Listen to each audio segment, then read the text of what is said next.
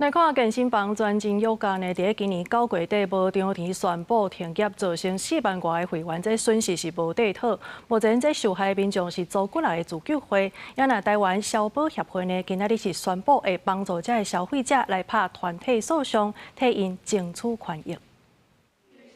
已经成立钱要确定的专精有价受害者，10月初捌出面拜托政府斗3工替因甲钱讨回来。全国上大的专精有价9月底无张地宣布，对10月初一起停业，或者这要确定的民众损失惨重。民众讲，有人是买近2年的确定，即卖业者雄雄停业，民众损失上少有5-6万，有人是10多万拢提不回来。处理这个争议款啊，有的又好像不清楚这件事情，然后就是推来推去，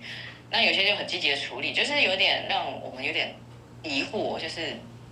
到底这件事情有没有统一的窗口，或是他们到底知不知道这件事情可以处理？我们会期还有2年，教听课还剩下19堂课没有执行，却在9月底的时候才知道，我们没有办法再进去馆内。 使用器材，因为业者退钱的机制乱糟糟，民众组成几落个自救会，人数拢是几落千人。民众讲，因这个自救会有1200人，希望透过团体诉讼讨公道。接受行政院委托的台湾消费者保护协会表示，虽望业者有2亿外的银行信托，会当给消费者请求赔偿，不过受害者预估有4万多人，这个金额完全无够赔。透过团体诉讼，因希望替受害者讨回损失。本身打这个团体诉讼是